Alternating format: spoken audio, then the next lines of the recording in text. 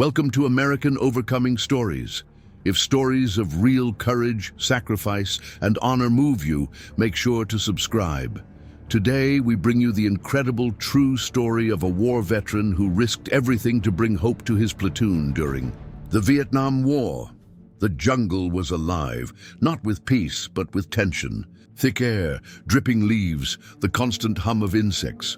Somewhere in that dense, suffocating green, an American platoon moved in single file, eyes sharp, hearts pounding, then chaos.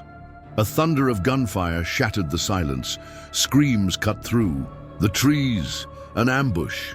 Viet Cong fighters burst from the undergrowth, bullets ripping through the air. Soldiers hit the ground, returning fire. Smoke clouded the vision. Mud sprayed. Somewhere in the chaos, a voice screamed. A name, a brother being dragged into the darkness by the enemy. One soldier stood up.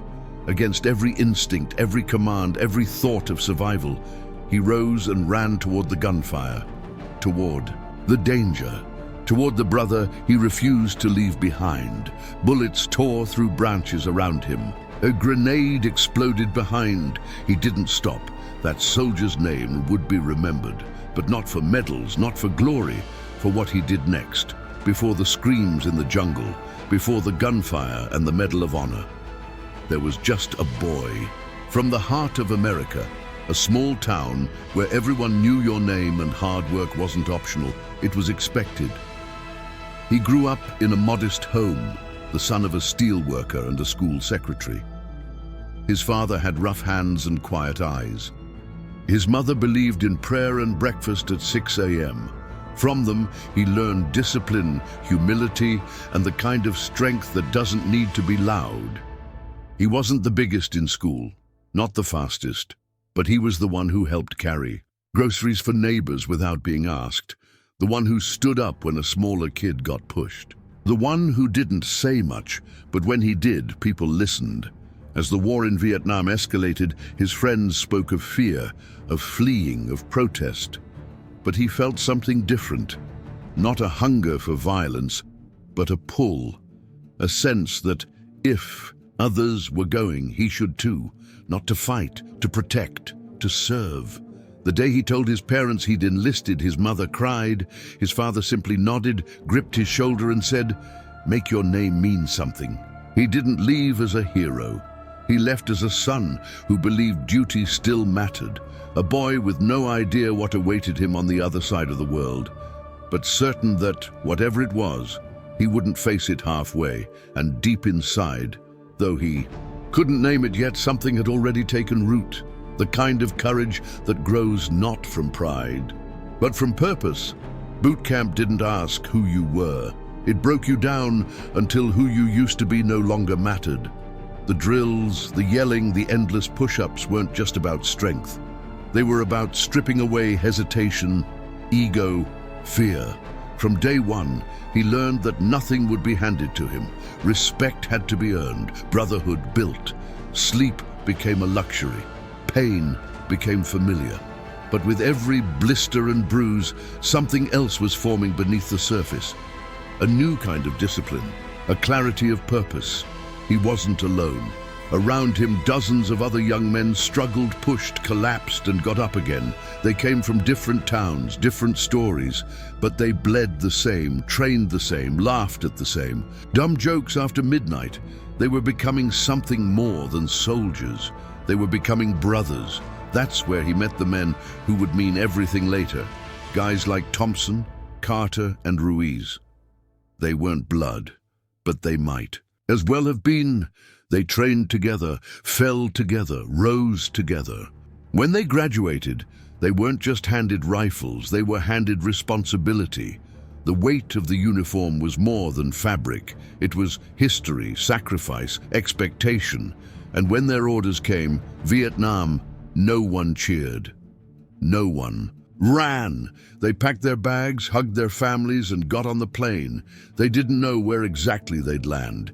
They didn't know how long they'd last, but they knew this. They wouldn't face it alone. Vietnam wasn't just a place. It was a presence, thick, wet, suffocating. The jungle swallowed light, sound, even time. You didn't walk through it. You crawled. You waded, you endured. From the moment his boots touched that foreign ground, the world changed. The air was heavy with humidity and the stench of rot. Every step sunk into mud. Every leaf could hide. A tripwire, every tree a sniper. Patrols were endless. Sleep came in bursts. Rest was a fantasy.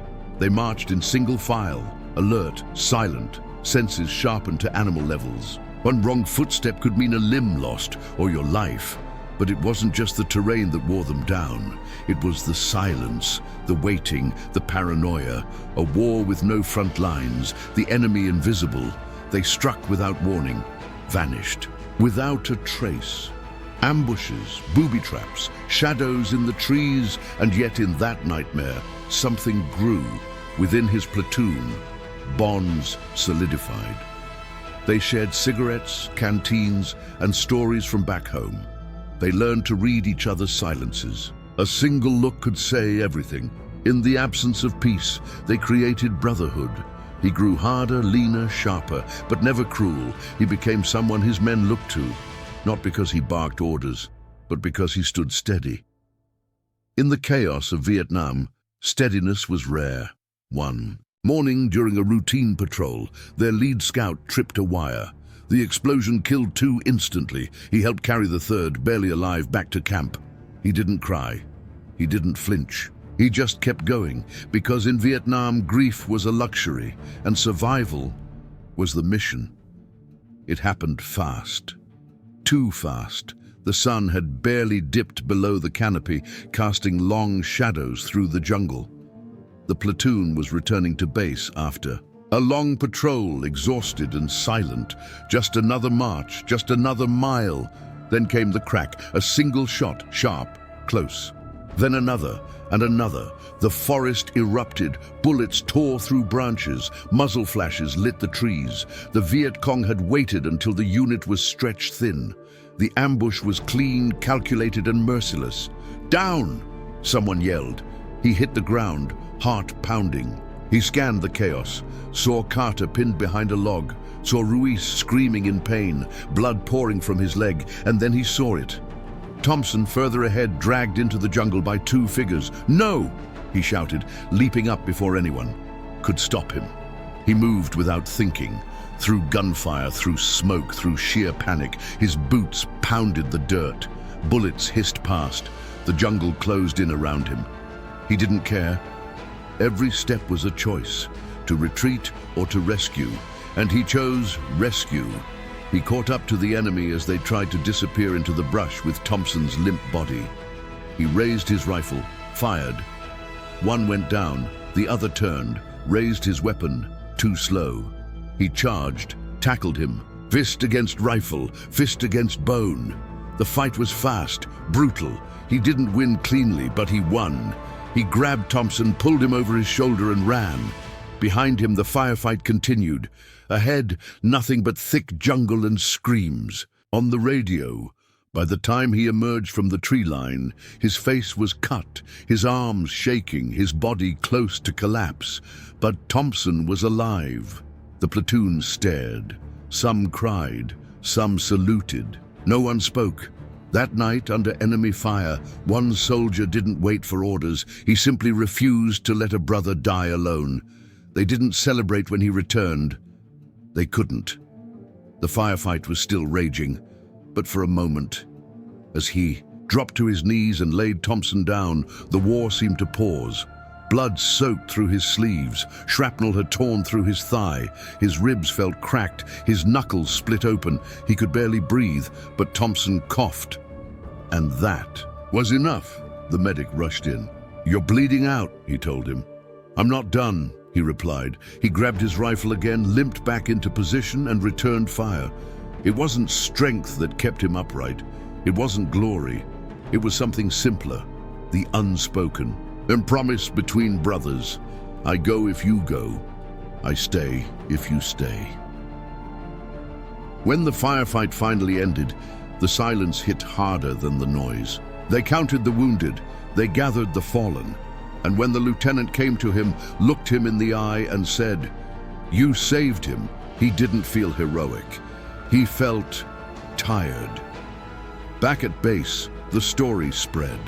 A single man running into a storm of bullets, tackling the enemy, dragging a friend through hell. It sounded like a legend, but he didn't feel like one. I was scared, he admitted days later, but I was more scared of watching him die. And that's what courage is, isn't it?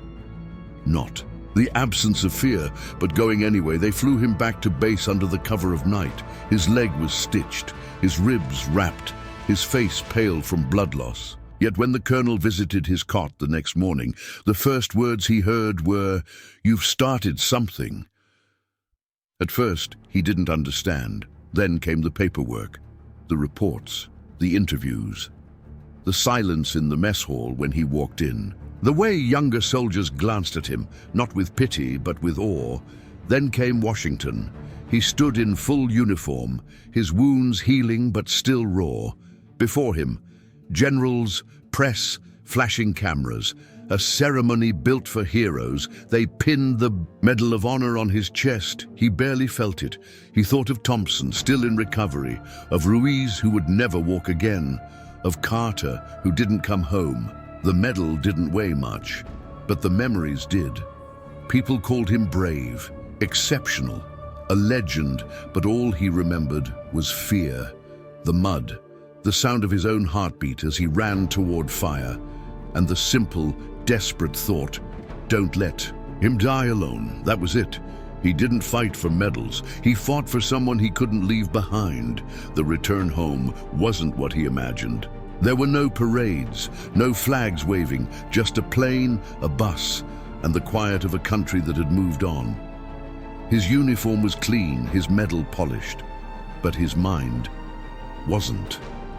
He tried to slip back into normal life, to sit at dinner tables, answer questions about his time over there, smile politely when people called him a hero.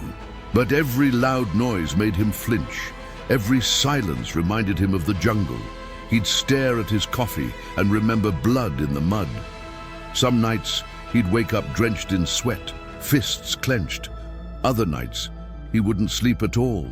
Thompson would call from the hospital, sometimes crying, sometimes silent. Ruiz would send letters filled with dark humor, the kind only soldiers understand. And Carter's name was never spoken. The hardest part wasn't the pain. It was the absence, the space where his brothers used to be. He didn't talk about the war at first, not with his parents, not with friends. He carried it like a second skin, tight, invisible, heavy. But slowly, something shifted. A high school invited him to speak. He said no at first, then maybe, then yes. Standing in front of teenagers who knew war only from textbooks, he told them the truth about fear, about sacrifice, about the weight of keeping a promise when everything inside you wants to run. He didn't glorify war, he humanized it. And in that moment, something broke, or maybe something healed. He started speaking more, visiting VA hospitals, sitting with men who'd seen too much and said too little.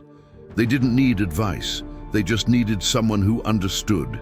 He wasn't trying to be a hero anymore. He was trying to make the war mean something. He never liked being called a hero.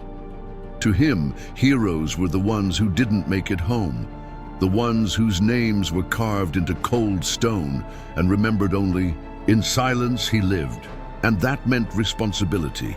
Now older, with lines on his face and silver in his hair, he wakes early just like he did in the jungle. He visits schools, community centers, and veterans clinics. He listens more than he speaks. And when he speaks, it's never about glory. It's about brotherhood, grief, and the strength to carry both. He keeps the medal, but never displays it. It stays in a drawer wrapped in cloth, next to a photograph of his unit. Young faces laughing in the dirt before the world changed. When asked why he did what he did, he smiles softly and says, "Because I had to." The war took a part of him, but it gave him something too. A voice, a mission, a reason to remind others that courage isn't loud. Sometimes it's just one step forward when fear tells you to freeze.